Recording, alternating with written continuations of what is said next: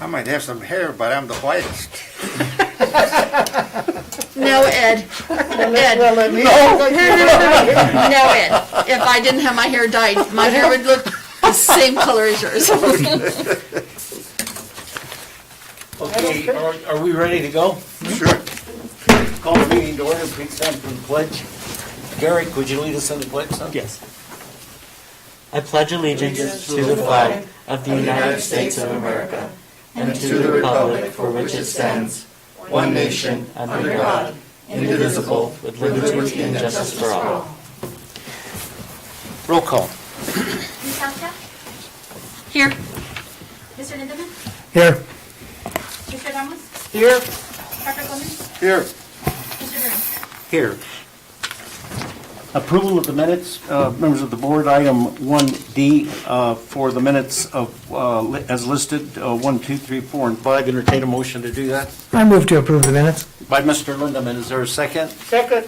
By Mr. Ramos. Any discussion? Roll call. Ms. Alka? Yes. Mr. Lindemann? Yes. Mr. Ramos? Yes. Dr. Gomez? Yes. Mr. Perrin? Yes. Item E, summary of current events. Superintendent, Ms. Samaniego. This one. All right. Good evening, board members. I have quite a bit to share. First of all, on behalf of myself, the leadership team, and governing board, I'd like to congratulate the following teachers who were selected from DUSD to represent us at the Cochise County Teacher of the Year ceremony or competition. And they've selected 2 teachers that we submitted last year because there was a mix-up last year on their end. So Bianca Hernandez, DHS math teacher, and Michael Chavez were from the 1920 school year. And for this school year, Maria Trinta, DHS ESS teacher, will be representing DUSD. We would also like to recognize all of the other DUSD teachers who were also nominated by their school principals to participate and be considered for the Cochise County Teacher of the Year. Mark Reese, Clausen Elementary teacher. Jocelyn Hernandez, Ferris. Nino Casio, Joe Carlson. Diane Campas, Sarah Marley. Adriana Rojas Stevenson, Belinda Smith, Huber Middle School, and Mario Romero, Ray Barain Middle School, and those are the recipients of the Teacher of the Year. Mrs. Nubia Elias, who is a DHS English teacher, was also selected to participate in the Superintendent Hoffman's Educator Roundtable, and that will take place on April the 14th. So we're excited that we're going to have somebody from Douglas having those important discussions with our superintendent. The Herald Review, along with the Legacy Foundation and Apex Network Physical, sponsored the 4th Annual Academic All-Star Student Award and Golden Apple Awards, and that took place on March 27th.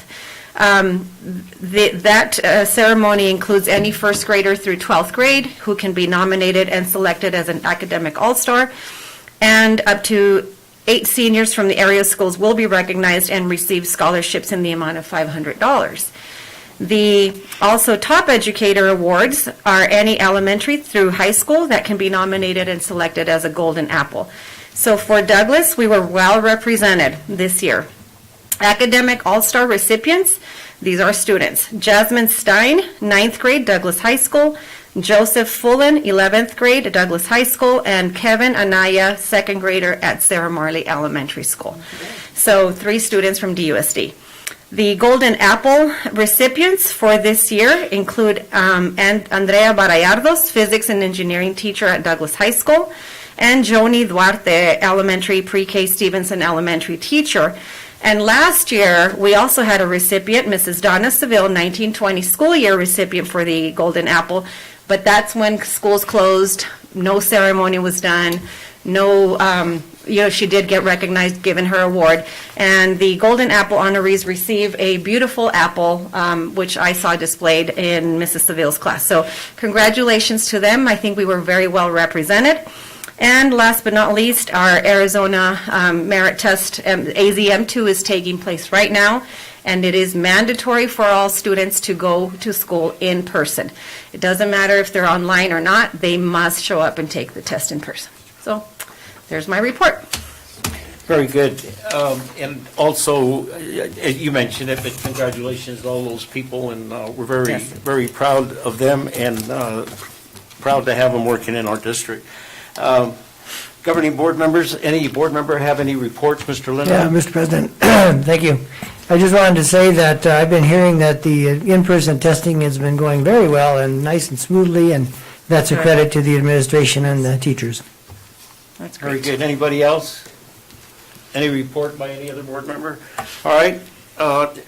We have a report by our ex officio student member, Garrick Duarte, and I hope, I'm sure you're going to be pretty thorough, but it'd be interesting to hear now how things are going at the high school as far as all of the events that are taking place. So if you bring us up to speed on that, we'd appreciate it. Yeah, sure thing. Good evening, Mr. President, board members, Superintendent Samaniego, staff, and community members.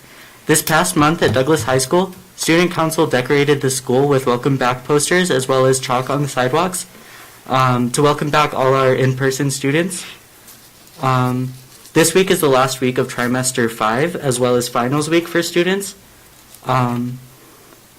This week is also Vice Principal's Appreciation Week, so on behalf of the student body at Douglas High School, I'd like to thank Mr. Young and Mr. Ortega for their hard work, especially this year. And then next week, the class of 2023 will be taking their AZ merit tests. As for things at the high school, at least in my experience, it hasn't felt very crowded at all. It feels like all the teachers have been taking the extra steps to keep things sanitary, keep things safe. And I've enjoyed going back in person.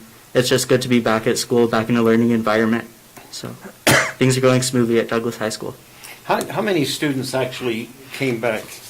I have that information. So it was going to be, I'll mention this again, but we have a total of 1,443 in-person students, and these are last week's numbers, so we could just keep updating them at the end of each week. And online, we have 2,299 students. For the district. For the district. And Douglas High School is 327 in person and 1,099 online. So obviously, way more online at DHS than any other school. Gary, how is, we can limit the discussion under reports, but how is the environment, the atmosphere up there?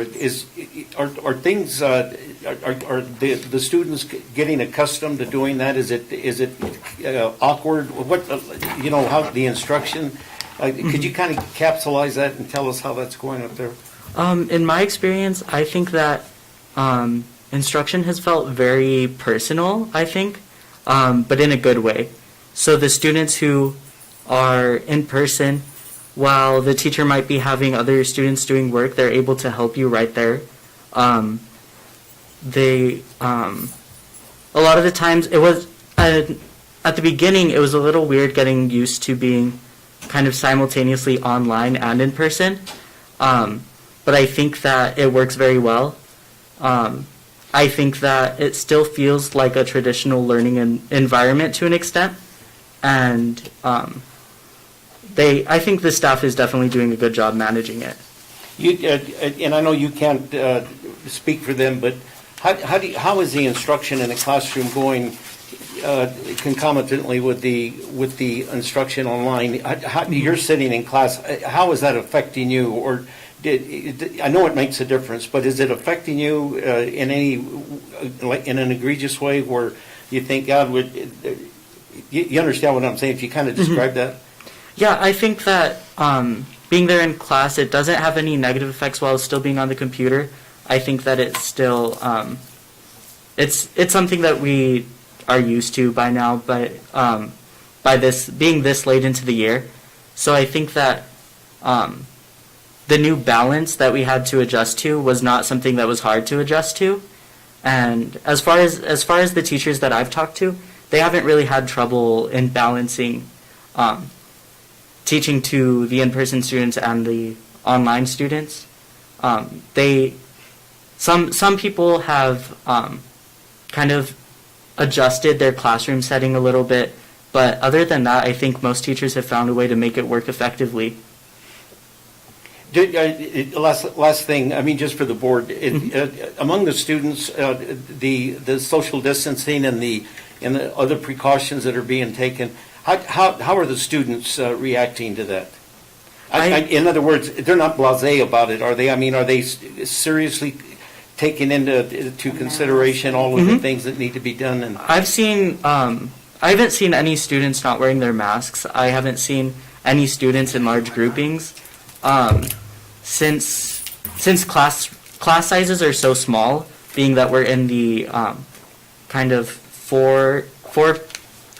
since we're in the AM, PM, A day, B day schedule, I don't think I've had a class with more than 3 students in it at a time. So Of in-person. yeah, of in-person. So it's really easy to accommodate the spacing for that in the classrooms. Okay, thank you for that perspective. I think it's important for the board to get an idea about how this whole thing is working from your perspective, and we appreciate that very much. And Mr. Brain, I think Mrs. Selchow can add to that. She's visited schools with me, and she can give kind of that board perspective as she saw several schools on how that exactly is working out at the different levels.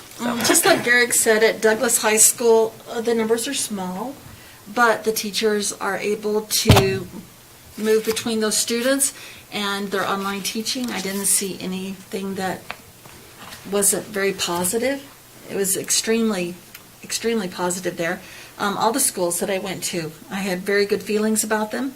I went to Joe Carlson, and Anna and I walked through them, and I saw a teacher actually she has students in the classroom, and she had her camera in front of her and pulling it closer so that the students she had called on could see the problem that they were working on in math, very clearly accommodating that child at home. At Clawson, I was very impressed by all of the cameras that were set up on carts. And one little boy said, Mrs. So-and-so, I can't see very well. And a student that was sitting nearby jumps up and, configures the camera on the teacher, and then jumps back in his desk, and nothing was lost. And I'm extremely impressed, very much so. As a teacher yourself, and witnessing that and seeing that, how it's happening, the teachers are working So overtime. I mean, they're really being pushed. And that's a question, right? I mean, and you as a former teacher, it would be very difficult under these circumstances. Definitely, and I'm serious. They're making it work, but you can see a lot of thought and practice has gone into this. At Sarah Marley, Diane Compass was standing. I'm sorry, should I not drop a name? But No, that's fine. Diane Compass was like right there, and the students are social distanced apart. But I felt like I was part of her class as well, and it's amazing what they've been able to accomplish and what they can do. I'm extremely impressed. And at the elementary level, if I will add, class sizes are definitely a lot larger than 3 kids in a classroom. You probably observed some classes with 14, 12, 15 students in person, and very few, online. Some of them were balanced. Middle school, I don't know if you visited middle school yet. I haven't been to the middle school yet. But you have quite a bit of students attending in person, so it is definitely a challenge. But I will tell you, I am so proud of our teachers. Oh. They've really thought through and planned, and I think a lot of it went to the leadership at the schools to facilitate and bring the challenges to the table and have a discussion so that they could be well prepared to do it. We're not perfect, but they've made it work so far. Very good. These are extraordinary times, and I think the board, when the time comes, and we'll hear from Mr. Soto in a minute, that because of the exceptional amount of adjustments and the exceptional amount of time they've had to spend to adjust to that very, very untraditional method of teaching, we should do everything in the world we can to compensate them for that. And I know the board all agrees with me when we have those discussions, but these are unusual times, and I know that you've talked, and we're going to talk to Mr. Soto in a minute, to the teachers, but anything we can do for them, they've gone way beyond the call of duty, and we should try to compensate them for that. So with that, thanks, Jenna, and I appreciate you going to all of the schools. Mr. President, I just want to... Go ahead, Mr. Ramos. What about the students that are struggling online? What? I think we better save that For the report. for her discussion. Okay. Hold that thought, because we don't want to get beyond the parameters of what we can legally do. So let's move to the financial report with Mr. Soto. Good evening, Mr. President, board members. It's nice to finally get together again and be in person. I'm going to start by talking about my cash balance report that I do every month. as I've been telling you every month, I'm trying to have as much carryover as possible for next school year because of, we know, we're going to talk about it in a minute too, about being more extensive on the fact of how are we looking for next school year and with, in regards to funding. But right now, I don't know if you have any specific questions with this report on the M&O balances and the district additional assistant. Well, let's focus on that. Any board members have any questions about the report of the budget and the balances and those kinds of things before he gets into that report? Okay, I have proceed. one quick. Oh, Dr. Gomez. Sorry, Dr. Gomez. Mr. Bring. Just explain to me, what does it mean, district additional, oh, sorry. What does it mean, district additional assistance capital? It's what it was known before as soft capital, and it's the monies that we can use to buy equipment, furniture, Okay. and stuff like I that. got it, So it's not okay. supplies, it's additional monies we get from the state Okay. for that specific Okay, purpose. is that it, Dr. Gomez? Yes. Okay, any other board member have any other questions regarding that particular part of the report? Go ahead and proceed with the others. Okay, now talking about projections for next school year. Now this is the time where we start doing projections, and we keep asking Mene for enrollment reports. As all of you know, we had a significantly drop in enrollment at the beginning of the year because of these circumstances. Just as an FYI, for your information is, the state, all of the state's school districts have lost more than 50,000 students because of this pandemic. So all of those students, either they move out of the state or they went online. So this is money that school districts are not getting for those students, Or they're somewhere where they're not attending school. or somewhere not attending school at all. Also, you know that the state said that it was, I don't want to use the word punishing, but they were punishing districts for being online or for being on a kind of a hybrid model with 5%. So this year for Douglas Unified School District has been rough because not only we lost more than 200 students, but we also lost that 5%. So it was roughly $2.3 million that the district lost this year. The way I kind of compensated, or the administration decided to compensate that, is not filling a lot of vacancies we had. And that's what we're still doing at this point. We're only filling positions that are essential for the functioning of the school district, or for the class, mainly the classrooms. That being said, we already got projected numbers from the state about funding per student. Yes, there is an increase, but because of the fact that we also lost 200 students, and the new student center reports are showing the same thing, that we're going to be down those 200 students. We have to be very careful, and again, on how we fill those vacancies we have right now. I feel I'm still working, and like Mr. Brain said, teachers deserve, the best. That they're working overtime, they're working on conditions that they never done before, probably, most likely.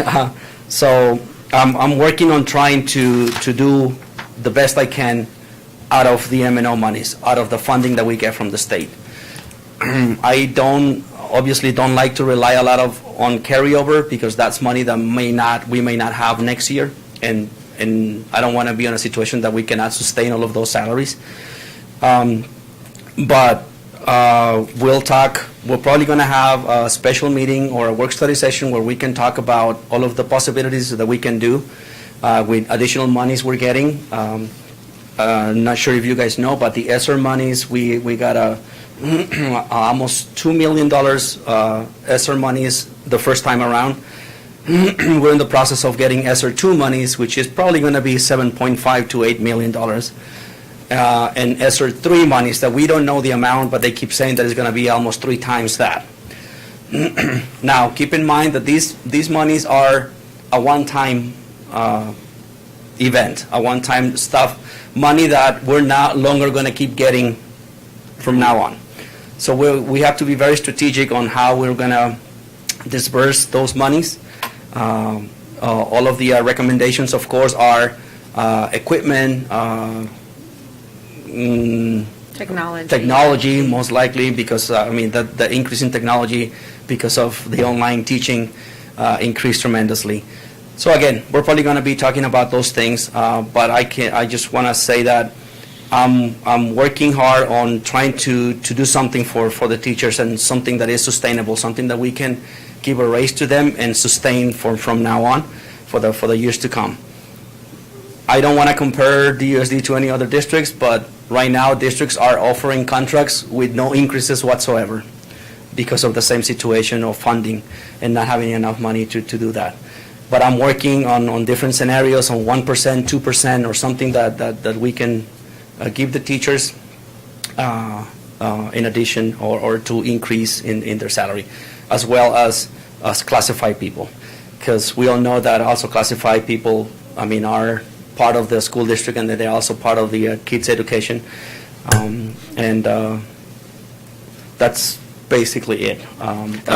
You said you're working on 1% and 2%. Correct. Of course, you're going to work harder on the 2%. Yes. And then if there's any, and I think, unless I hear differently from the board, if there's any chance at all, and we know that times are tough, right? Yes. But if there's any opportunity, if you're working on 2, that's one you really want to look at. Correct. If you can do more than that, then based on enrollment and other funds that are forthcoming, then you would definitely let the superintendent know. Yes, of course. And she would let the board know, and then we could have, if the board's amenable to this, we could have a special meeting, and we could discuss the possibility of doing even, and I'm going to just say 2, all right? 2%, but if there's any possibility to do more, then you will let the board know, and then we will have a special meeting.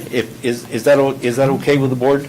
Yes. Okay, Dr. Gomez, is that Yes. okay with you? Because again, and we don't want to overreact or overstate that we've got to do something for all that our teachers and our whole staff. Correct. But our teachers especially have had to be totally unconventional in everything they've done starting way last year. So we want to try to recognize that as possible. Of course. All right, members of the board, do you have any questions for Mr. I just Soto? wanted to add, Go ahead. Cesar, on the 5% that you're not going to get, that's 2 points some odd billion. The vacancies that you're not going to fill, how are those duties going to be handled? Oh, that's a great question. I'm under the assumption that next year we're going to start on a traditional setting where we're not going to be penalized with the 5%. But then again, that might change. We don't know those things. If that's the case, we're still looking at another 1.2, 1.1 million cut. Yet again, my main concern, of course, is the classroom, and I'm not going to fill positions that are needed in the classroom. I'm looking at operation side, like maintenance, like security, like transportation, like all of those departments that can probably handle things differently and efficiently instead of affecting the classroom. Like I said, yeah, we have many vacancies still, trying to fill those, but I'm not trying to fill them all at once. Not until I know for sure the enrollment for next year and how many kids are going to show up. That's when we typically wait the first 10 days of school to see how many students show up. We always go by projected enrollment, and if needed, then we can add, because just keep this in mind, more kids, more money, and that's how I can hire more people. At this point, because of the number of students and the enrollment, it's logistically is, okay, less kids, less staff.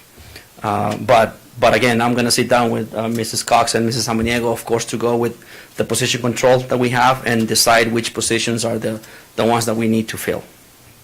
Thank you, Cesar. If I may add to that, Mr. Ramos, so basically what we had to do, the positions that Mr. Soto's talking about are the positions we had vacant this current year. Correct. Because we lost the funding this year. And so the positions, and your question was, does it affect the work or the job? Because the workload doesn't stop, right? Just because we don't have 5 maintenance people, and I'm going to use maintenance and grounds as an example. Correct me if I'm wrong, but that department had about 5 vacancies, Correct. right? So they're operating with maybe 10 Yeah. 10 gentlemen when they had, let's say 15, 16 roughly. Correct. Why we were able to do that is because we didn't have kids in schools. And so a lot of the things that normally happen from athletic fields and projects that were taking place where it was able to kind of slow down and operate with the presumption that 10 gentlemen could get the job done. Moving forward into, even summer, that's when a lot of our buildings get, redone, painted classrooms, projects, big projects that need to be done. So that's where it's going to affect us, because right now we are not filling those positions. Transportation is another department that we didn't fill several. There's three bus drivers. Yeah. We were able to operate because we weren't transporting students. So it didn't really impact us there. But now that we're transporting students, now even Mr. Rodriguez is having to drive some vans around so that he can assist, the routes that we have. So those are examples of how it's impacting us now and how we're able to do the job with less people. But once we open up in a traditional setting, of course, we're going to need to look at every department, every position, and our priority first is going to be to have teachers in classrooms.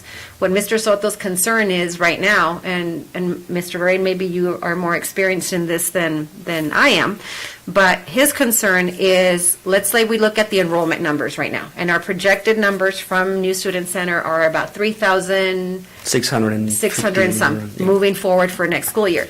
So you've all approved teachers' contracts, right? I mean, you've approved all the teachers to get rehired for next year.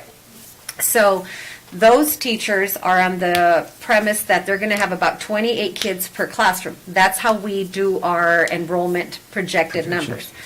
But if our numbers are less, his concern is that we may have teachers with, let's say, 13 students in a classroom versus the 28 that we were expecting.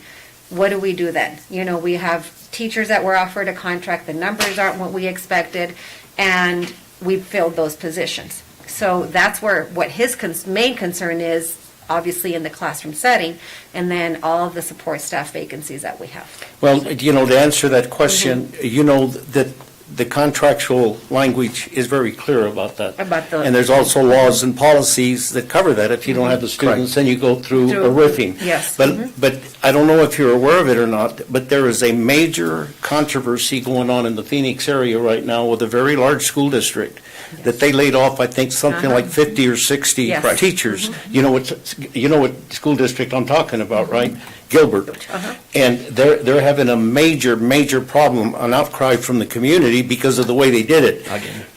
So, just to kind of hitchhike on the rest of that, so you've got policies and you've got state And the laws that language in the support what contracts. you can do very clearly, and it's very clear in the contract as well, and it makes reference to those policies in that law. Yeah, and So- not only that, but we also have teachers that are not coming back, that we can probably move those teachers Yeah, I to the mean, different grades it's or a- schools. It's a lot of planning and Yeah. strategic planning that goes into, the positions for next year. But I wanted to just give you an idea of what we've done now and how we've been able to carry out the duties and responsibilities. Okay, very good. Does that answer your question, Mr. Ramos? Yes, it does. And then some. Okay, Janet, do you have any questions No, I about don't. the budget? Because I'm going to ask another, do you have anything? No, Yeah, thank you. Dr. Yeah, I Gomez? go in. And I was noticing in the agenda that you had several teachers' aides, I think that they resigned or something? Mm-hmm. Okay, now, at this point in time, if I were to come to Mrs. Cox and say, I'm looking for a job, especially a teacher's aide, do you have openings for that, or are you trying to keep that down? We're trying to keep that down, Okay. to be honest with you. We do have, at this point, we have filled the positions that are really needed, right? We don't have any vacancies at this yes, point. okay, I But understand. what we try to do all the time is to have a pool of applicants. Let's say you're interested. We might not have something for you right now, but sometimes we need subs. So we would like you to still apply and keep you on a pool. And then eventually, if there's an opening, you will get preference on giving you a job. Okay, thank you. Okay, and what about the federal programs? Did you finally get the Title I program approved? That Yes. one is. And how much is that worth? That's worth $3,150,346.25. So you're going to be able to sustain, maintain the whole staff Correct. in Title I? That's Yeah. great. You got all that money? Yeah, and I know Ms. Trevino is working on next year's already grant, so she's waiting on my numbers, of course, because there's a lot of employees that are funded through Title I too, and it's obviously they're going to be affected by the increase. So we're working along to at least keep what we have this year, the people or the staff that is being funded through there. We know that there's preliminary numbers, and we never typically get the full amount at the beginning of the school year. Typically, what is September, October, when they come back and say, oh, by the way, here's an increase and here's the total. But we're pretty confident that we're still going to be getting that grant. Okay, and the we other know ones that too. that's all encompassing. Title I means 2, 3, Yeah. the All whole of the word. titles, yeah. Okay, Mr. Lindeman, did you have a question? No. no, thank you. Okay, Ms. Selchow, any No. questions? I have one more, Ray. Oh, no, I'm coming to you. Go ahead. Okay. Yeah, go ahead. I'm sorry. No, you're Got fine. ahead of you. Okay. The money that you mentioned right now, there would be like around 7 million or something like that, which is just a one-time thing. ESSER Is too. that- ESSER monies? Is that state or federal? Federal, Federal. correct. Okay, and then our last word always is that you do what you can as long as you keep the district solvent, right? Yes. We never do anything that was going to compromise anything in the district. Correct. All right, board members, that's it with the Mr. budget. Byrne, Thank you. if I may add Go just ahead. one piece of information to add to what Mr. Soto said. What we did is we worked with DA because, we collaborate together, and of course, when you go into negotiations and what salary increases we can do, DA is a big part of that. Now, DA did a survey with their members, and, not every DUSD teacher is a member of DA, but then they also included the survey of all of their staff. And the two questions that we asked, if DUSD is able to do a salary increase, whether it be a 1%, 2%, or 3%, what would be the preference? We discussed with them, and DA felt that because of this, trying year, that it would be in the best interest of all staff to get an equal amount. So let's say we were able to do a $1,000 raise for everybody, for all teachers. It doesn't matter whether you're a veteran teacher or first-year teacher or 15-year teacher. Everybody would get $1,000. They just felt strongly about, hey, we've all had it rough. It doesn't matter how long you've been here. So, that was one of the questions. And then the other one, would you be most interested in a percentage? And so the results from that survey, I believe, Mrs. Cox, they preferred the the flat amount rate or amount per person and not having to do a percentage. However, so we took input for teachers on that aspect, but in talking to Mr. Soto and our leadership team, obviously there is a lot of discussion that we have to do because we got to look at our M&O budget and we've got to look at what are our possibilities. And so I want Mr. Soto to just give you a little insight into what those two scenarios would mean. It's not that easy. You have, let's say, 500 employees, and you can think, okay, at $1,000 each, we don't have 500 teachers, but let's say 275. 210.5. Okay, so $1,000 to that would be how- 210,000. So about 210,000 Plus benefits. plus benefits to do that increase, flat amount for everybody. But the 2% rate, increase for all teachers would equal 175,000. 175,000. So Plus benefits. Mhm. plus benefits. So the flat amount is just a flat amount for everybody. Everybody gets an equal amount, but it impacts our funding a lot more, right, than if we were to do a percentage. So those are just some discussions that we're having, and we've got to be fiscally responsible, and I don't want to ever do anything that we can't commit to, but I do want to be able to do something for our staff. So that's just a little insight for you all to keep in the back of your minds. And before I make Dr. Gomez? Okay, I'll go first, Diana. then Sure. you can go. Okay, but when you're talking about, let's say, a 2%, what would be a 2% of the salaries right now? more or less? What do you think? That's what I'm talking about. All the 210 teachers we have, it will be roughly 175,000, because it's 2% of your contract amount. No, but what I'm saying is, give me, let's say a first-year teacher, if she got two, Okay. if he or she got 2%, how much would that be? We're talking about $650 or $700. Okay, so what you're saying is 1,000, okay? Yes, that Okay, was an but- example. Yeah, exactly. And so let's say, for example, if we were to give 750, we would get very much into the ballpark.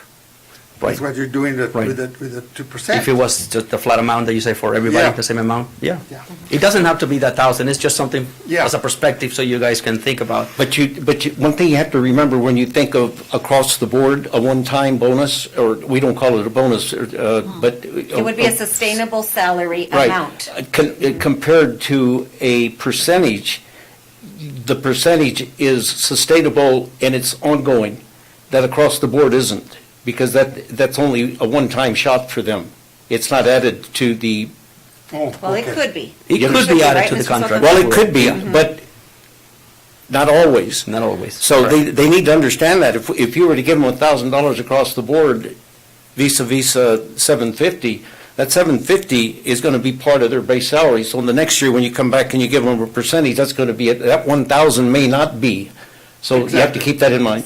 The other thing, I'll come to you, but I do want to comment about this because it's important. You said you met with the DEA and then they did a survey.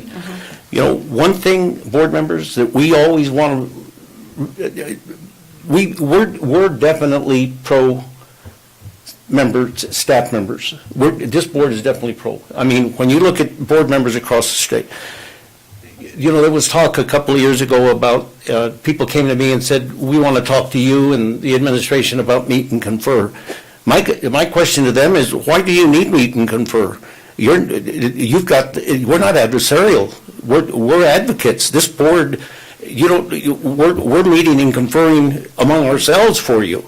So we're always doing the best we can, and I think I hope they understand that, because this board constantly talks about recognizing teachers and compensating them for what they do. And I can speak from my own personal experience statewide. There are many boards that don't even ever discuss salary.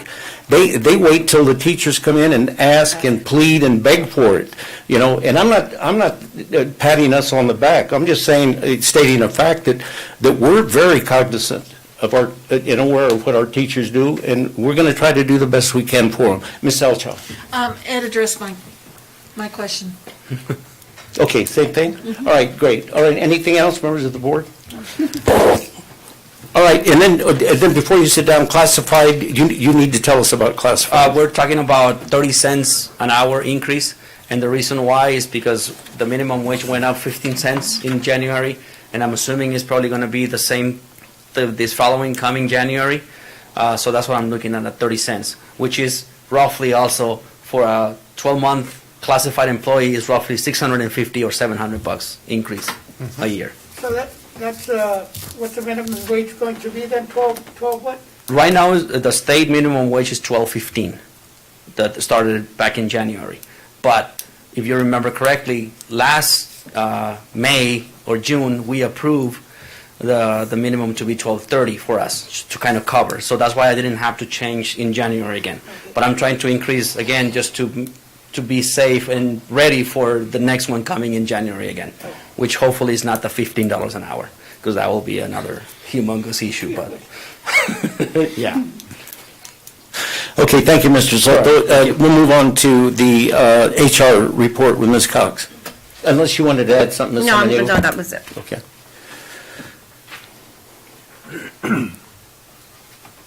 So, good afternoon, members of the board.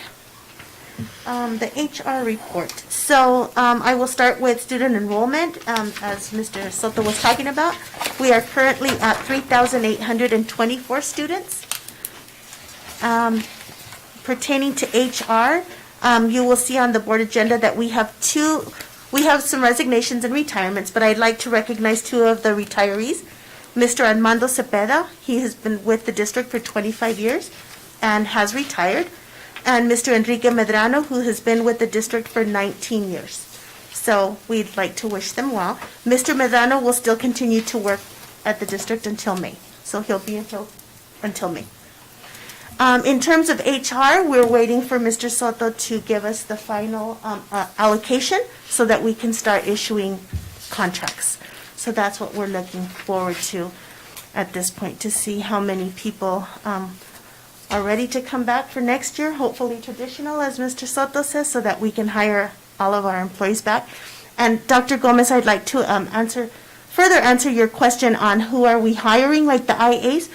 And most of them are, you will see ESS, so for exceptional student services. Those are the IAs that we are continuously hiring. Okay. Okay? Okay, members of the board, any questions of Ms. Cox? Thank you very much. Do we, go ahead, Mr. Soto. Just to address that, since contracts need probably to go out by April 15 or 20th, then we have to have this work study or another special session way before that. Like next week. Just so you're aware. Thank you. But you only got 5 days or 10 days? Yes. Do anybody want to address the board? No, sir. No Nothing public came in? comments. All right, then we'll move along to the consent agenda items. 2, approval of the following consent agenda items, payroll and expense vouchers 1, 2, and 3 is listed. I'll entertain a motion to approve. I move to approve the By consent Mr. agenda. Lindeman, is there a second? I second. By Mrs. Salchow. Any discussion? Roll call. Ms. Salcha? Yes. Mr. Lindemann? Yes. Mr. Ramos? Yes. Dr. Gomez? Yes. Mr. Perrin? Yes. Item 3A, discussion action on the approval of certified hires. Ms. Samaniego or Yes. Ms. Cox, go ahead. As presented, and all of these are, with the exception of the substitute teachers, they are for next school year, so 21-22 school year. For Mr. Ramos' sake, would you explain the difference between Savannah Tapia being there twice? Okay, so Savannah Tapia appears on that list twice. She is listed first as a recommendee for a teacher position at Clausen next year, but right now she finished her student teacher, so now she's a student teaching, so now she's available to substitute. So that's why we're presenting her twice. Okay, entertain a motion to approve. I move to approve the certified hires. By Mr. Lindeman, is there a second? Second. By Mr. Ramos, any discussion? Roll call. Ms. Salcha? Yes. Mr. Lindemann? Yes. Mr. Ramos? Yes. Dr. Gomez? Yes. Mr. Perrin? Yes, item B, discussion action on the approval of classified hires. Ms. Samaniego. And as presented, and these are, obviously, most of them are the ESS IAs, and I do need to, Mr. Brain, I forgot, the last bullet point on item B, I need to remove for this agenda, as we're still waiting pending some paperwork. So the last bullet point on classified hires, we're removing it from that list. Okay, so I'll entertain a motion to approve the first 6 names that appear there under B. So moved. By Mr. Lindeman, is there a second? Second. Second by Dr. Gomez. Any discussion? Roll call. Ms. Salcha? Yes. Mr. Lindemann? Yes. Mr. Ramos? Yes. Dr. Gomez? Yes. Mr. Perrin? Yes, item C, discussion action on the approval of certified retirement. Ms. Samaniego. Yes, as presented, and Mr. Mark Reese is currently a Clausen first grade teacher, and he's submitting for retirement at the end of next school year. We're definitely going to utilize him as best as we can this last year. Great teacher. How many years did he serve in the district? I don't have that information, but it is, I think he started as an aide, didn't he? That's another success story, and he's an outstanding teacher. is, and he's really- We certainly hate to lose him, but we wish him the best, so I'll entertain a motion to approve that with I move to regrets. approve with regrets. Mr. Lindeman, is there a second? I second. Ms. Salchow, any discussion? Again, we wish him the best, and we hate to lose teachers like Mark Reese. Roll call. Ms. Salcha? Yes. Mr. Lindemann? Yes. Mr. Ramos? Yes. Dr. Gomez? Yes. Mr. Perrin? Yes. Item D, discussion action on the approval of classified resignations and retirements. Ms. Samaniego. as presented. including, like Mrs. Denise, we have 2 retirements, and those are the Enrique Medrano and Armando Cepeda. Okay, entertain a motion to approve. Move to approve. By Mr. Lindeman, is there a second? Second. By Ms. Salchow. Discussion? Roll call. Ms. Salcha? Yes. Mr. Lindemann? Yes. Mr. Ramos? Yes, Dr. Gomez? Yes. Mr. Berry? Yes, and you know, Garrick, I see you sitting over there, son. If you have something you want to say or comment on, you can't vote, but raise your hand, and, I mean, if, you know, we're talking about teachers, instructions, you definitely chime in, okay? Okay, All yeah, right, thank you. good. We want to make this a good experience for you. All right, item E, discussion action on the approval of addendums. Ms. Samaniego. As presented, we have 3 of our current 2 coaches and 1 teacher doing additional duties after their work hours. Curriculum and Grants Department is one department that has been severely impacted and by positions that have, people that have left our district and not filled. And Grants is a big, huge, complex department and procedures. And so Mrs. Trevino is understaffed, and so these 3 individuals are assisting her in completing all the grants from here to maybe about 3 more weeks or so. Okay, that's great. And then you mentioned something about a grants coordinator Yes, earlier. and so as we did, as I really have been looking at that department in itself and did a desk audit, I strongly believe that the 2 departments, and I think we did it one year where we split up the departments, you know, many districts at the district size of our the district, comparing ourselves to other districts who have the same enrollment, they have a grants director and they have a grants curriculum director. And so in looking at what we can do moving forward to assist in that department, because everybody employed in curriculum is just curriculum. There's nobody else assisting in grants. And so you need a grant specialist. That's one of the positions that I'd like to include, which is more of an admin level, and then a grants coordinator position, and still leaving the overall grants curriculum director position. So that's something I'm working on and will be bringing forth. Very because good. we definitely need more staffing in that area. Very good, and you might be able to fill that in-house Yes. if the duties or Exactly. responsibilities are conducive to somebody doing it. Yes, That'd be great. exactly. Mr. President. if Yeah, I- Mr. Ramos. My question would be just to know, contracting a grant writer, Uh-huh. would that be feasible, or? Yes, and that's what I'm saying. It would be, you know, a separate position. It could be a grant writer or a grants director. Some districts call it a grants manager. Yeah, but I was saying, not. Just specifically a grant writer. But not hiring them, not on payroll, Mm-hmm. not to be an employee, just to contract someone outside to do the grant writing. That's a possibility. Well, it is a possibility, and let me just comment on that. The problem with grant writers hiring them as a contracted agency is that they really don't get the district doesn't get the full value of them overseeing them and the personal knowledge of the district. And she's going to react to that as well. Janet, go ahead and. That grants writer will take a percentage. So if you have a $2 million grant, Right. they're going to get probably about 6 to 10% of that grant Right. money that would normally go into the classroom would not do that. It would go to that grant writer. That's not part of our district. Yeah. You mean that would be their fee? Yes. Well, Yeah. part of their fee. You would pay them Oh, Separate. okay. you Their- would pay their them salaries. separate plus that thing. Oh, okay. But when the grant is written, though, it's written in, It's the written into administrative it. cost Yes, is it written is. in. Yes. So, Yeah, the reason I was asking is just that I realize that there's a fee. Sure. They're not going to do it for free, and it's No. not just a percentage.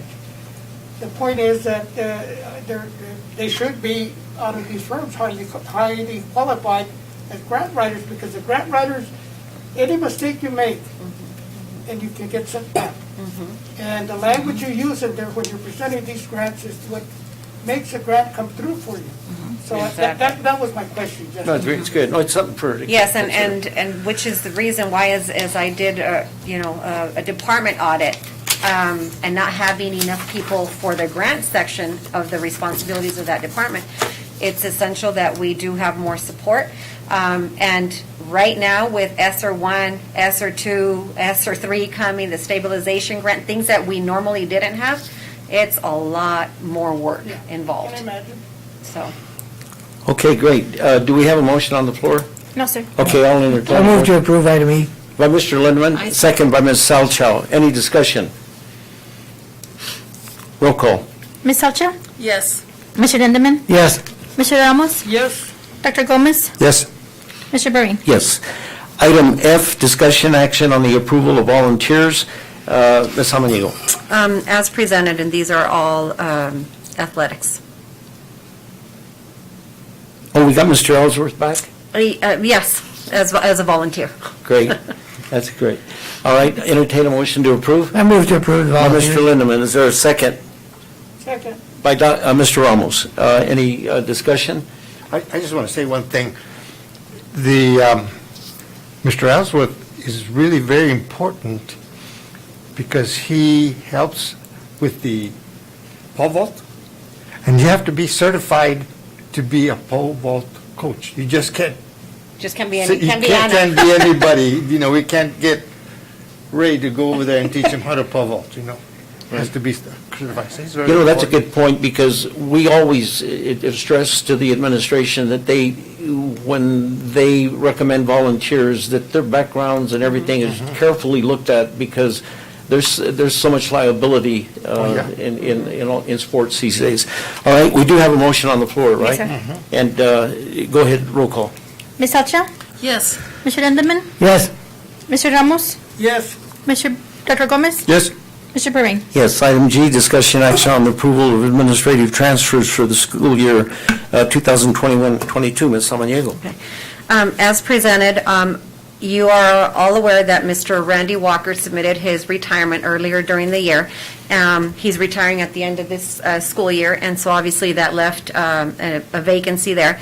So I'm recommending transferring Mrs. Rodriguez from RBMS over to DHS, and Mrs. La Madrid, who was the assistant principal at RBMS, over to the principal position for next school year. Okay, we'll entertain a motion to approve. And the reason we're approving it, because she has the sole authority to do that administratively by board edict, that she can make those transfers in the best interest of the district. But the reason for Approval. approving is The salary. increase in pay, okay? Just for the record. All right, entertain a motion. I move to approve. Mr. Lindeman, Second? by Dr. Gomez. Any discussion? Yes, I just wanted to commend Mrs.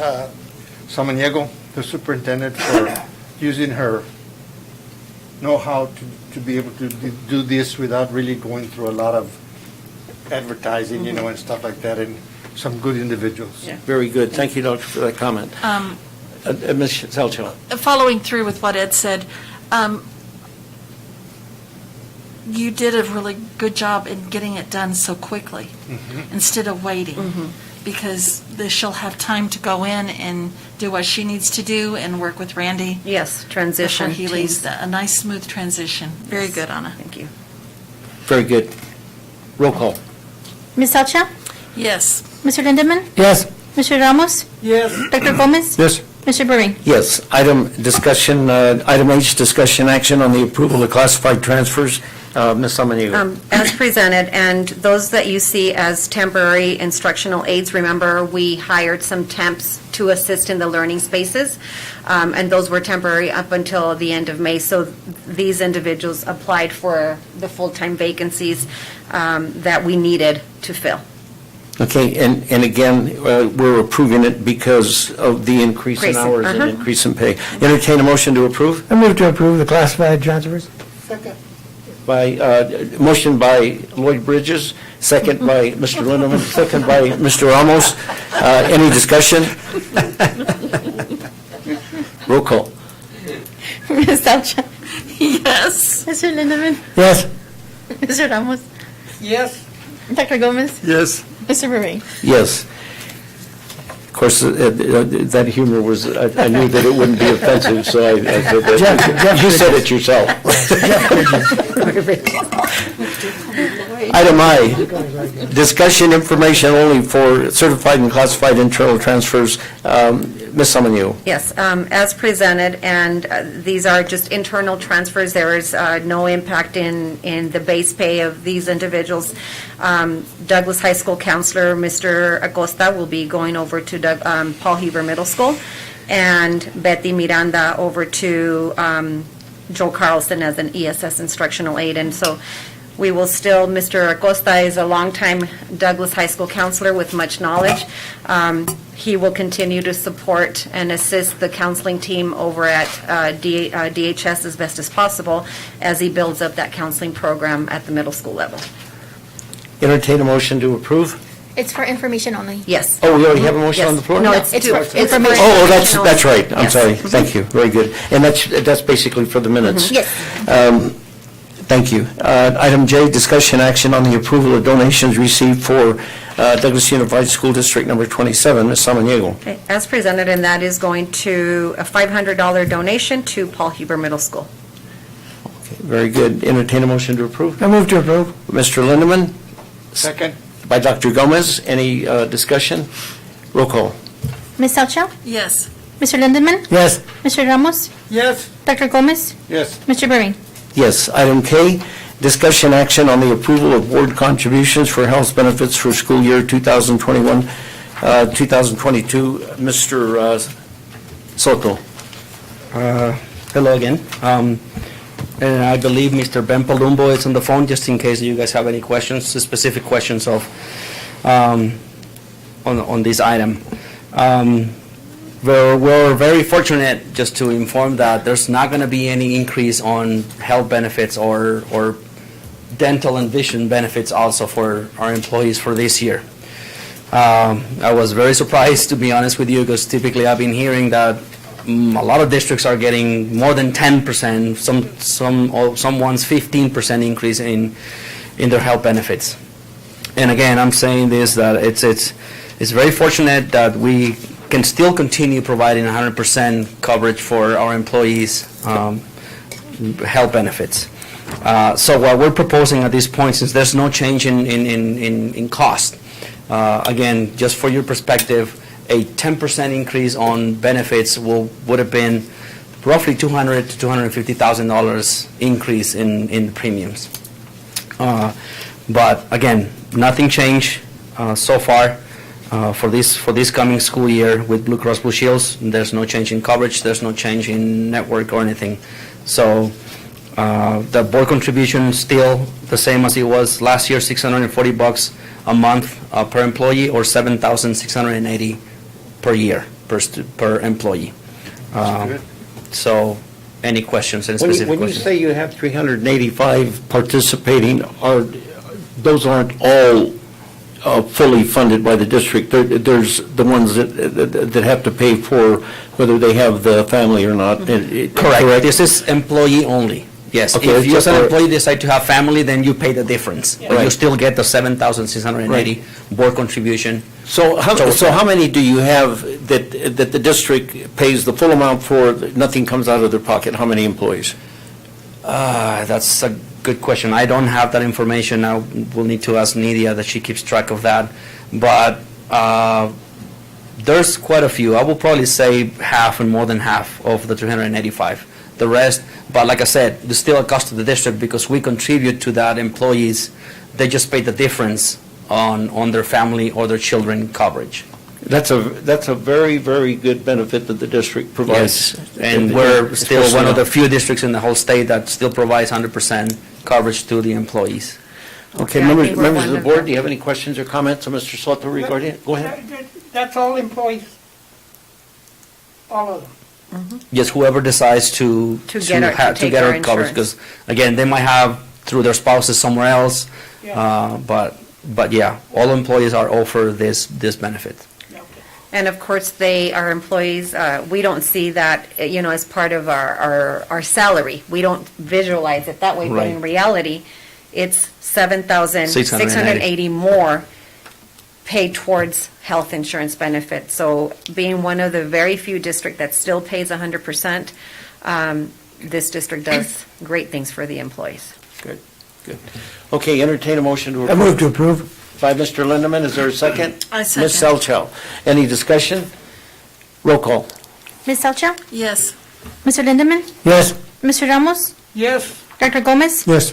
Mr. Bereen? Yes. Item L, discussion action on the approval of the second reading of policy GCO, evaluation of professional staff members. Ms. Sonahego. This is as presented, it was just that language change done by our attorney. This is the The second second, reading, uh-huh. right? Okay. Entertain a motion to approve the second reading. I move to approve the second By reading. Mr. Lindeman, is there a second? Second. By Dr. Gomez. Any discussion? Roll call. Ms. Elcha? Yes. Mr. Lindemann? Yes. Mr. Ramos? yes, Dr. Gomez? Yes. Mr. Bereen? Yes. Item M, discussion action on the approval of the following job description, athletic secretary. And this is as presented. This is an existing position that we have, and if you saw the job description, it's called athletics coordinator.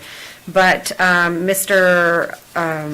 Ortega, who's the athletics director, has had a difficulty in filling the position, and one of the discussions he had with Mrs. Cox was, I think the title of the job discourages people, or people are confused about what the roles and duties of that responsibility are. So he met with her, recommended that to change it from athletics coordinator to secretary, with a few of those changes in red, and so that hopefully we can get a better applicant pool. Okay. Entertain a motion to I approve. move to approve. By Mr. Lindeman, second. second, By Mr. Ramos. Any discussion? Roll call. Ms. Elcha? Yes. Mr. Lindemann? Yes. Mr. Ramos? yes, Dr. Gomez? Yes. Mr. Bereen? Yes. Item N, discussion action on the approval of addendum number 3 to the Future Education of Arizona Service Agreement for the ESS Department. Ms. Sonahego. As presented, you already know that many of our service-related providers come from this company, Futures, because we don't have, school psychologists and speech therapists and all of that. So this is the addenda that we're presenting for 21-22, 22-23 school year. However, this amount, we may have to bring it back to the table, because when we met with them to discuss the new terms, they did ask us, will you be offering your employees a raise? And at that point, we did not know whether yes or no and how much. So they went on the basis that no raises were going to be given. And so if raises are given, then obviously they want to do something from their employees. So we may have to come back and change it a little bit, if that's the case. Entertain a motion to approve. I move to approve. By Mr. Lindeman, is there a second? I second. By Ms. Selchow. Any discussion? Yes, I got a question. Dr. Gomez. Okay, so they charge you $610,000, okay? And they provide you with whatever you need? Yes, basically, speech therapist, school psychologist, PT, OT. But they're not here every day. Most of them are. I will say that we're probably one of the few districts that has them kind of in-house. A lot of their employees will go some days to Bisbee, will go some days to Sierra Vista, and they travel. But I will say that the ones we've been lucky, and they want to stay here in Douglas, and a lot of, because we have a lot of need and a lot of services needed, we have them hired. Okay. Okay. Roll call. Ms. Elcha? Yes. Mr. Lindemann? Yes. Mr. Ramos? yes, Dr. Gomez? Yes. Mr. Bereen? Yes. Item O, discussion action on the approval of field placement agreement between the Arizona Board of Regents, the University of Arizona, and DUSD number 27. Let me ask a question. Just to clarify, why do you have to have the Board of Regents there? Why do you have to have the University of Arizona there when you've already got the Board of Regents? So Denise, you are working with U of A because it's a teaching preparation program, right? But I don't have an answer to that. This was the agreement sent by U of A. Our attorney reviewed it. Alma, Okay. right? It's the way it's titled on the Titled. top. That's the way the attorney told me to list it. Because on the actual agreement, that's the way it's titled. Okay, that was just, to me, it's unusual that if the Board of Regents says they're going to agree, that they're the main man. So I don't know why you have to have with the University of Arizona, but that's fine. If legal Yes, she have counsel reviewed looked at it and- fine. Okay, entertain a motion to approve? I move to approve. By Dr. Mr. Gomez has a comment. Oh, That's okay. I'll second, and then I can ask you the. Very good, go ahead. When we're talking about the Board of Regents, is that the State Board of Regents? It's the University Board of Regents, right? So, I mean, but that includes ASU and. NAU, ASU, Yes. Yeah, all of the that's- state universities. That's funny that they would include them too. Huh? Yeah, Yeah. and it says for and on behalf of the University of Arizona, so, To make it, they're the governing board, Sure. like we are for the district. They're the governing board for the three universities. That's why it's like Douglas High School in an agreement with somebody which they can't do because they don't have that authority. The board does. So that's why I just asked the question. It's not that critical, especially if legal counsel yes. looked at it. Yes, anytime we have agreements, we have our legal counsel review. Okay. Okay, we have a motion on the floor? Yes, sir. And a second. By Dr. Gomez seconded it? Yes. Roll call. Ms. Salcha? Yes. Mr. Lindemann? Yes. Mr. Ramos? Yes, Dr. Gomez? Yes. Mr. Bermain? Yes. Item P, discussion action on the approval of Douglas High School class of 2021 graduation ceremony recommendations. Ms. Samaniego. I will have Mr. Walker, who is on the line, and share with you the process that they've completed so far in planning for graduation. Last year, you remember, that we had several meetings to discuss the different plans for graduation, and so we want to avoid all of that. I will tell you that graduation is set for the last day of school, as it is in our calendar. We're not proposing a change of date, so Mr. Walker will just go through, and you have on your screens the information that he and his committee are proposing. Mr. Walker? good, Hello? Okay, we can hear you. Okay, thanks so much. Good evening, members of the board, Superintendent San Diego, ex officio, Mr. Gary, Arte. As you know, graduation is not that far away. We have it scheduled for May 28th, and we wanted to put together a committee again to discuss this. And the committee was combined of myself, Mr. Ortega, Young, Mr. Guerrero, who is the senior counselor, Mr. Hoffman, who is the senior class advisor, Bianca Hernandez, who is a parent, Mr. Duarte, our student council president, and America Rojas, who is our senior class president. Marco, if you would go to slide number 3.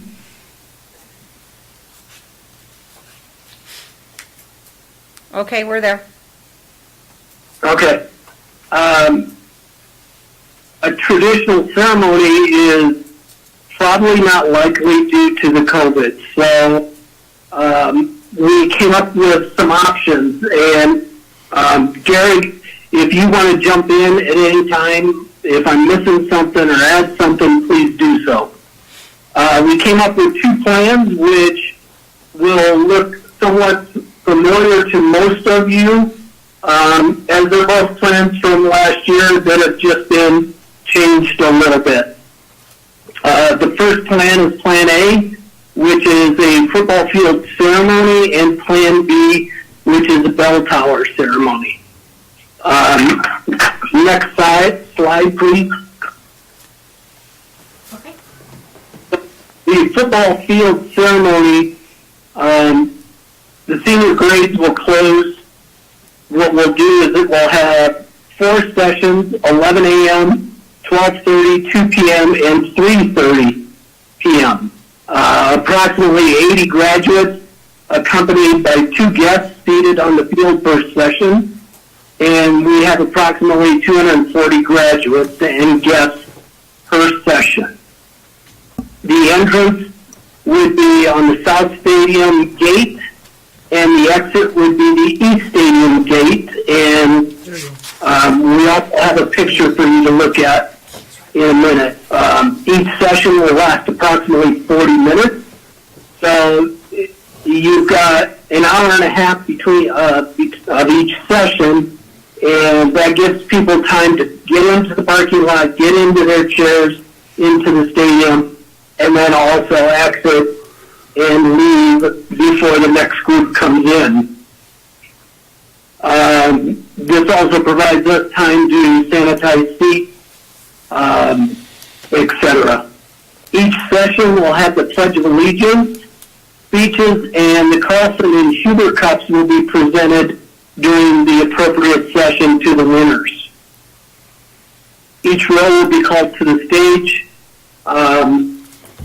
As they come up, we will have the photographer stationed so that the pictures, the families are able to get a professional picture.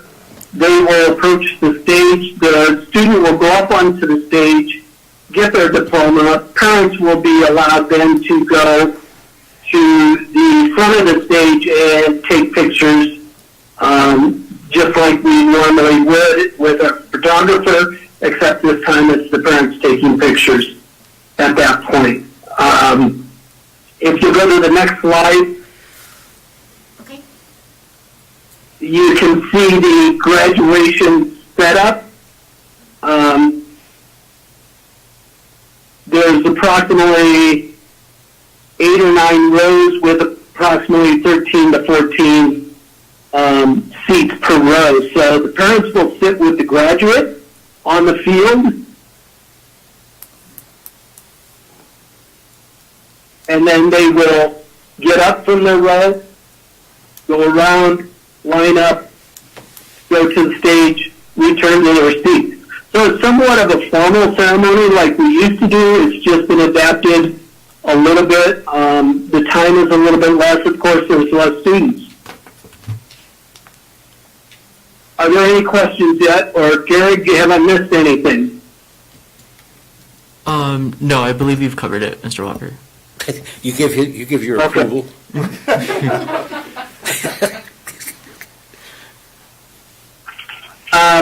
Plan B is a bell tower ceremony. It would be in front of the school. Parents would come into the student parking lot park. They'd come down the third wing, and we would have spots for 6 feet apart for social distancing. They would line up, and they would go up. We'd have the stage in front of the bell tower. We are figuring approximately 60 students, graduates per hour, and the graduates would be able to bring 2 guests.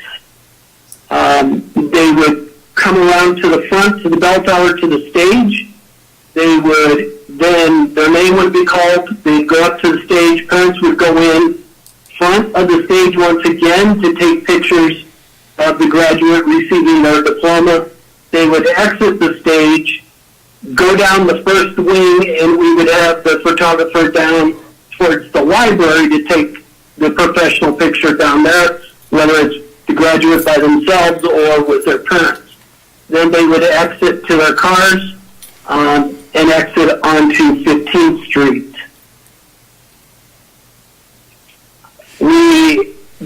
Mr. Hoffman did a survey to all the seniors. It was opened on 3/17, and we closed it on 3/26. If you'll go to the next slide, you'll be able to see what the students were asked, option A and option B, of which I just went through. And the next slide is what the results were from the senior class.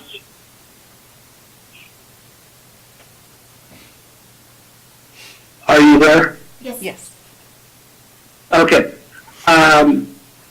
So we asked them which option. We ended up with 227 responses out of 343 seniors, which is approximately 66%, and 85.5% of them chose option A, which is the football field ceremony.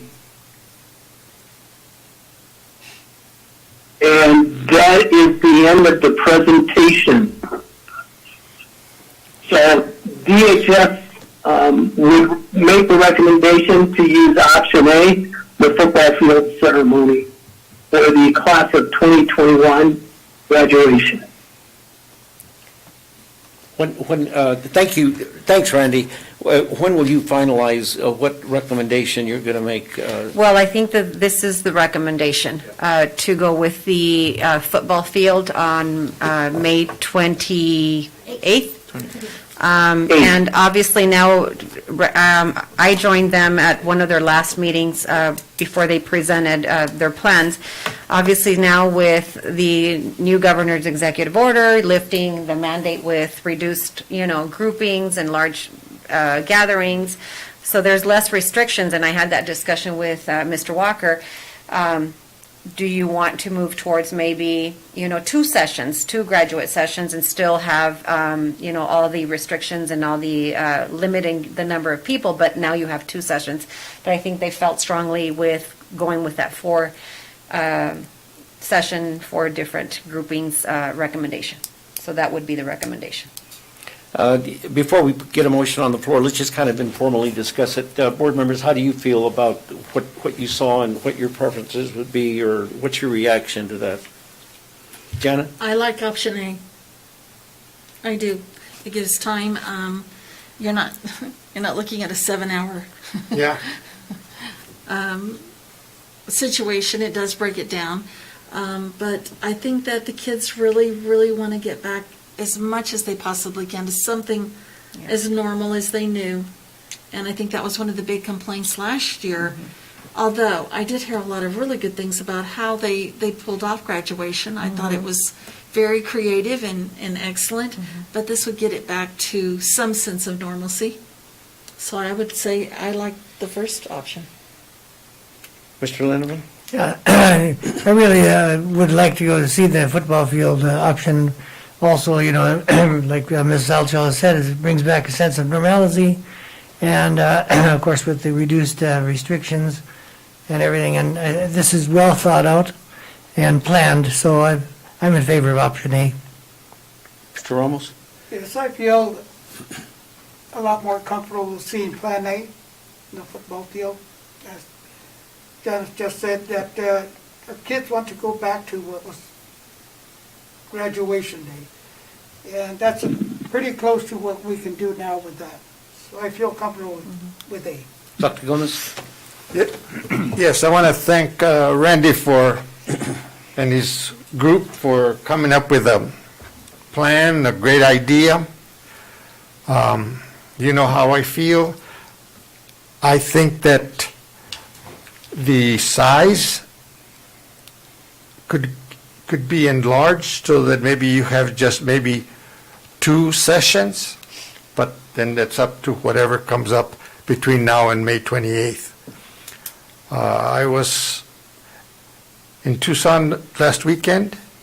I was at a hotel, and in the pool area, it was packed. You would have thought that there was no COVID. I went to a restaurant. It was packed. Again, there was some distances of the tables, but still the people were there. So my feeling is that we can look at, I approve of the Plan A, or whichever one everybody's looking at, but I think that you can still make it in such a way to where, because the principals are going to have to be there for all the time. It's 4 sessions and it's early in the And morning. the superintendent, and everything like that. They're going to have to make speeches 3 times, the valedictorian, and go get the medal for the Huber Cup 3 times or 4 times. Well, So that's yeah. why I'm thinking that could be enlarged a little bit, my suggestion. And Mr. Walker, we did discuss, because I'm also a proponent of maybe 2 sessions, and I said, Mr. Walker, what would the size of one ceremony, of 2 ceremonies would be, and what would that be, Mr. Walker? That would be approximately 160 students, and then multiply that times 3, which is 480. 480 people on the field. It is doable. I think the circumstances of what's going on with COVID at the time would dictate that towards the beginning of May. We can always make that adjustment. But if we have a plan in place, an overall plan in place, we could at least get, like Mr. Durazo getting set up for the, we want to stream it live. The photographer will know, be able to give us where they want to be placed, et cetera. And obviously, the fact that they're only allowing 2 guests, we're not saying 2 parents, because it could be grandma and grandpa, it could be sister and mom, but 2 guests per child is also, I know that you guys may have discussed that extensively, or the kids even say, why can't, my mom and dad, brother and sister attend? And I think they're just trying to limit so that we can do a ceremony for the kids and at least have 2 guests there. It would be nice to be able to have 4, but then you go into the fact that you have to use a stance to sit down, and controlling that and sanitizing it between, sessions. So it's a happy medium, at least the 2 guests, at least this year, to be able to get back to some type of graduation, traditional ceremony, and then next year, I think we'll be good, hopefully. Okay, so Randy, thank you very much for the work and the options that you gave the board, and I think they're very well thought out. Garrick, did you want to say something? Go ahead. Yes. So I was a part of the committee. It was a privilege to be a part of the group of people who were making the decision. I was really happy with everything that the committee was coming up with. I could tell that they were really appreciative of our input. They actually, they did listen to us and tried their best to give us everything that we asked for. So I am a big supporter of Plan A, the football field, and I'm very excited to see what that looks like. Okay, one technical question. He mentions photographer in there. Has the district contracted a photographer for the district for all of the pictures, elementary and the graduation? Yes, and we have 2, I believe, Cesar. We have different vendors. Yes. Yeah. But you haven't brought it to the board for approval? No, that's. Because, and I don't want to be technical, Yeah, no. but you're going to have somebody conducting business on the field. Correct, and we in the always do that. school, so, And it's a different person than the ones we use for school pictures. So typically we had Life Touch, and I don't remember the other one for the schools, but for the ceremony, for the graduation ceremony, we have somebody local, individual, that we always, and I believe we already brought it as a sole source, I believe, but let me double check on that. But if not, we haven't, we'll bring it on the next board meeting for sure.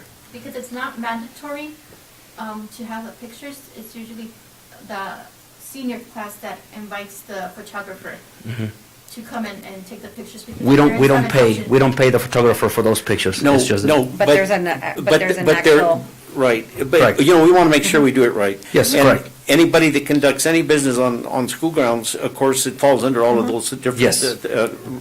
requirements. But, because I've seen problems with photographers before. One year, we had, the photographer didn't show up at the graduation, and then they came back and tried to do business with the district again, and the superintendent recommended they not do that. So you want to make sure that if you have an agreement with a photographer for the elementary schools, because they're going to be working on the premises, right? So you have to always be aware of that. And then for graduation, if it's a different person, if they're going to be on the school grounds, they have to have The approval, yeah. according to everything, okay, you know that. Yes. So be sure we do that right. Correct. And then my comments are going to be that I'm inclined to go with the majority of the board on the Plan A recommendation, but do you want that in concrete? In other words, or board, we want to give her some latitude and give the high school some latitude. So that if we approve that tonight, we want to build in the motion that you're able, so that you don't, like we did last Yes, year. that Do you we don't remember come we back to went the through all board. those marathon meetings? That you have, that the board's going to give the superintendent the authority to make whatever adjustments she feels in the best interest of the students and the parents, okay? So if she decides to go like what Dr. Gomez recommended, The 2 sessions or. then you're going to have the authority of the board to do that. And again, because of the times, you're getting all that pressure put on you, but you're very capable of handling it. So in the motion, we will include that she has latitude and flexibility to do whatever she feels in the best interest within that plan, Plan A, is what's in the best interest of the students and the parents. Okay? Is that fine with the board?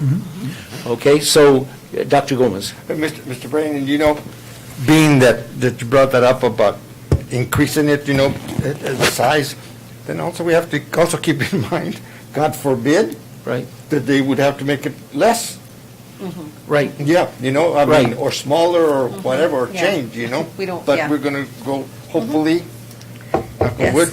Yeah, Plan A. if the numbers change, or if something comes down from the state, or there's something that's going to impact it, we're giving her the authority to do that, to work within those parameters of whatever comes up, okay? Anna, is that Yes, fine? that's fine. Okay, all right, so I'll entertain a motion to approve option 1, and you're okay with that, Gary? Yes. Option 1, with the discussion that just took place of giving her the latitude and flexibility wherever needed, okay? If you'll make that motion. I'll make that motion. Okay, is there a second? Second. A second by Mr. Ramos. Did that totally confuse you, Alma? No. All right, you know what we're saying, right? And she understands. All right, and Garrick, we thank you for allowing Mr. Walker to Speak on your behalf. yes, thank you. His presentation. No, it's good, it's good. Glad to have you. All right, any discussion? Any discussion for clarification or anything? Roll call. Ms. Elcha? Yes. Mr. Lindemann? Yes. Mr. Ramos? Yes, Dr. Gomez? Yes, Mr. Perrin? Yes, item A, request for future agenda items. Q. Next board meeting, I'm sorry. We have Letter one more, Q. We're on Q, the last item. Oh, I'm sorry, that the most important Yes. one. I'm sorry. I'm sorry, go ahead. All right. Okay, we talked a little bit extensively, I think, earlier on as I gave a report, and we talked about how teachers are doing their teaching. So just in terms of how we've done from March 15th to now, we know that we have in-person kids and online kids at the same time. We know that our teachers are working extremely hard as they are simultaneously teaching, and it is by no means an easy task. The infrastructure that we have here in DUSD in terms of technology, our internet capacity, has done what it needed to do in order to allow teachers to teach and students to learn in the best way that they can. DUSD has provided laptops, not to every student. We're not a one-to-one district yet. But we have provided laptops to, I believe, and correct me if I'm wrong, guys, over 1,000, like maybe 1,500 or 2,000 laptops, iPads to students. We have loaned out hotspots for internet hotspots for those families that live in the outer areas that they can't get access to internet. In addition to, we have learning spaces that are still open on the days that we are online. So Wednesdays is our online day, so the learning spaces at the elementary levels and middle school level are still open on Wednesdays. Parents still need a place to send their children on Wednesdays. Douglas High School learning spaces are open every day because students there are attending in person one day and not the other. And so they're on A and B schedules. But I will tell you that even at the high schools, teachers, and correct me if I'm wrong, Garrick, you're able to attend instruction 4 days a week with your Yes. teacher. So you're able to join in. Our activities such as small grouping assemblies, fundraising, they're already talking about end-of-the-year activities, all of that has reinitiated. And so that, teachers were very excited to say, can we fundraise? Absolutely, you can fundraise. We're going to do things as normal as we can. DHS is also planning to have prom, if I am not mistaken. So the kids are very excited about having prom. Of course, prom is going to look very different from any other year. They're looking at an outside prom venue outside of their lawn, I believe. And so they're looking at that. We have AZM2 taking place right now. We are planning on having summer school, and summer school is going to be huge for us because we need to tackle the learning loss. And so being that students, for the most part, have not had very much engagement on their part for over a year, we need to really tackle them and be strategic about the learning loss. And we know that learning loss is going to happen nationwide.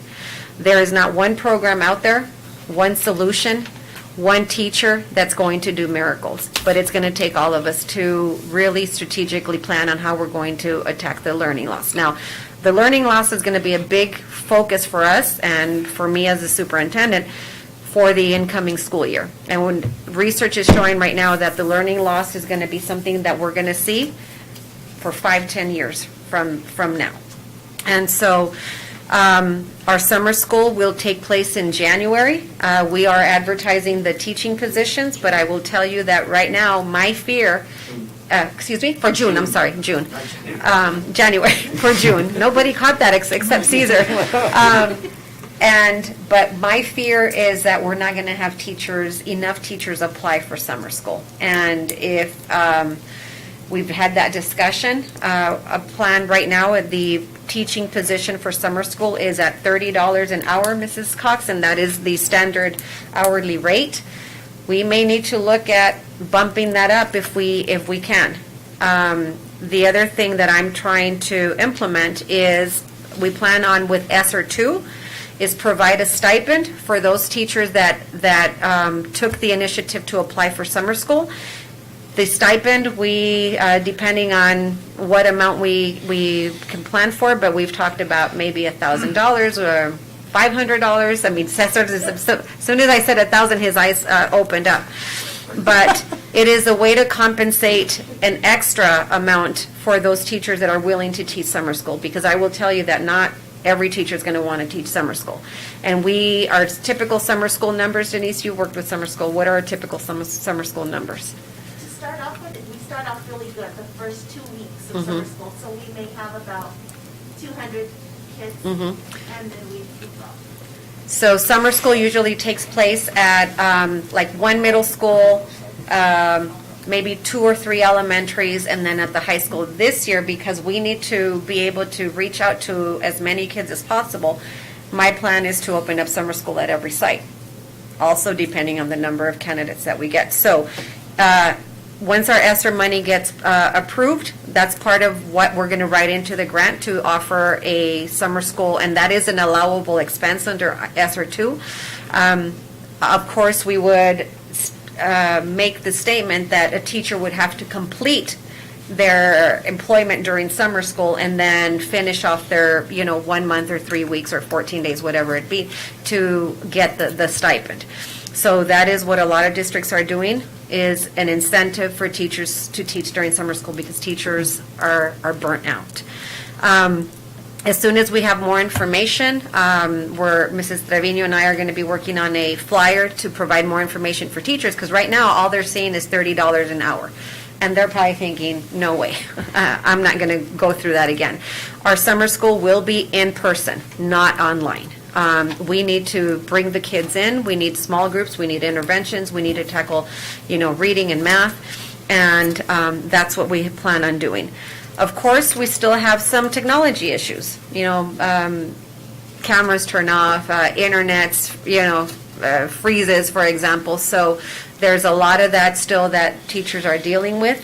One of the things that we have found is what Mrs. Selcho said.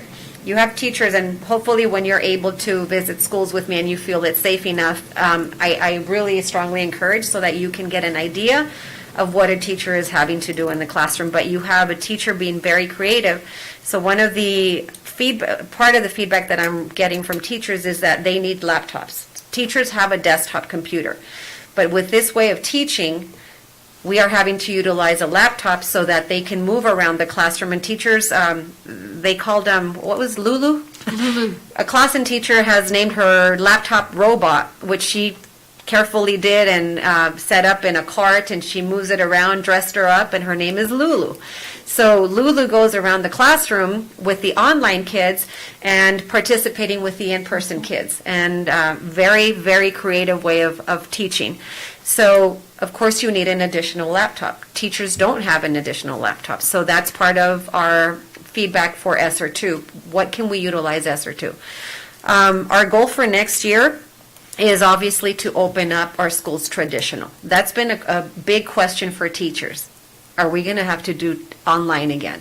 I had a superintendent's meeting today with all Cochise County superintendents, and we're all wanting traditional school year. Now, if the requirement comes from the governor's office, and it could come 2 weeks before school starts in August, that we have to have an online component, and then if we do, we're going to lose another 5%. That's going to really impact us again financially for next year. But if it's an executive order, then it's an executive order, and there's nothing we can do. So on the back of my mind, and Plan B would be to plan for that scenario. Obviously, looking at what options we can do. I've talked about moving forward, if that is a scenario we're going to have to relive again, is potentially making some teachers the online teachers and some teachers the in-person teachers. So it's going to take a lot of changing and manipulating and maybe changing teachers from campuses, and so there's a lot of planning that goes into that so that we don't have the current situation we have right now, because it is a challenge. We have, so our plan is traditional. So for all teachers out there listening, our plan is to start traditional. We're still going to implement all the enforcements and mitigation strategies and COVID protocols, because that's not going away. The governor mandate on mask went away, so we as an institution, ADE, says that we as public schools have to have masks on campus. So we're going to continue doing that for students and staff. We are going to be sending out a survey, because I need input from students, parents, and teachers as to what worked well, what went well, what didn't, and what are some concerns moving forward and some changes that they would like to see even from students. ESSER 2 is a large amount of money that can benefit students and our district. And ESSER 2, the nice thing about that is that we can use it to beautify our buildings, make our buildings healthier, from air filters to playground equipment to modernizing our furniture in some of our classrooms. You know, once you visit classrooms, you will see that a lot of our elementary schools have the very old cubby student desks that take up a lot of space. So that input is going to come from the staff. What do we need to do to make our buildings healthier? So my motto for next year is, at DUSD, we're going to work on healthy buildings, healthy lives, and healthy minds. And with that emphasis, we are going to take input from those stakeholders so that I know what we can utilize our ESSER 2 funding as best as possible to make DUSD successful, attack the learning loss, provide stipends for teachers. Our plan is, we don't have an amount, but once ESSER 2 gets approved, we plan on providing and giving teachers a stipend, and the way you do that is through a retention stipend or a recruitment stipend, and that is an allowable expense. As long as we have these grants, we're going to use them for that, and that will be an extra thing that we want to do for teachers. We've talked from certified, what did we say, Mr. Soto, 2,500? 2,500 and maybe 1,500 for support staff, because we want to do something for support staff too. So as soon as I have that input, we as a leadership team have been working with our task force groups, getting input from them so that we can submit the grant and then get that going. And those monies are going to help us out a lot. We can even hire additional people. Like today in one of our meetings that I had, some districts have gone with a technology coordinator. Because right now I will tell you that Mr. Durazo, who's also understaffed, and Mr. Durazo is a director. But you will see Mr. Durazo on the roof, working on internet. You will see him underneath doing wiring. You will see him working in teachers' classrooms. You will see him do tech, help support, secretary, and a director. He will be interviewing for the network administrator position, but what it's lacking here at DUSD is that we don't have a true technology coach that can train teachers in utilizing the new technology software. Smart boards are outdated. We have a lot of old equipment here at DUSD, so all this money will come in handy to kind of bring us up to the current standards. And that's what we plan on doing. Okay, very good. Ms. Salchow, do you have any questions or comments regarding that No, I report? do not. Mr. Lindeman? I just had one thought that I wanted to bring up. When you mentioned that the prom was going to be held, which is a good thing, and I'm glad we can do that for the students. What about project graduation? Oh, we can certainly start talking. I didn't even think, I mean, I'm sure you guys have started thinking about that, but, or I don't know if you have or not. I had thought about that. I know that it's the PTSO who usually Yes. puts that on, and so I haven't been in contact with them at all, so I don't know if there's been any Can you bring discussion that on up that. to Mr. Walker? Yes, I can. Because it is that's a PTSO function that they put on. Right, and it's for the support. students, so I Yes, was and it's for wondering if they students, and so, could also yes. do those things. Okay. I would like to add one thing that we are also working on for the seniors is we have put some plans in motion towards a senior fun day. So that's another thing that students look forward to, that we are trying to work on getting it safe and still fun for the students. Mr. Ramos? Oh, no question. No questions or comments? Dr. Gomez? No. You mentioned the need that maybe for teachers to have laptops. What kind of a program are you going through in retrieving all these laptops, especially those kids that have elected to come back on campus? Have they started to turn in any laptops? No, because they're still using them. And so students that checked out a laptop from DUSD and are now in person, we're strongly encouraged to bring them onto campus so that the ones that we have on campus can go to the ones that didn't check out a device. So we will have, we're going to work with Mr. Durazo and the schools, and when we believed, I think we said at least a week after school is out, we're going to start planning the return of the laptops at each school site. So it's going to have to be a process. Now, if they need them for summer school, because what we don't want to lose is all the advancement and knowledge in technology that we gained this year. So we need to find a way to intertwine both a traditional lifestyle of teaching and education, but still incorporating the technology, which was huge advancement for us. So moving forward, teachers don't want to get rid of a Google Classroom and don't want to get rid of submitting assignments via that venue, but they still want to have kids in school. So. Okay, very good. Is that it, members of the board?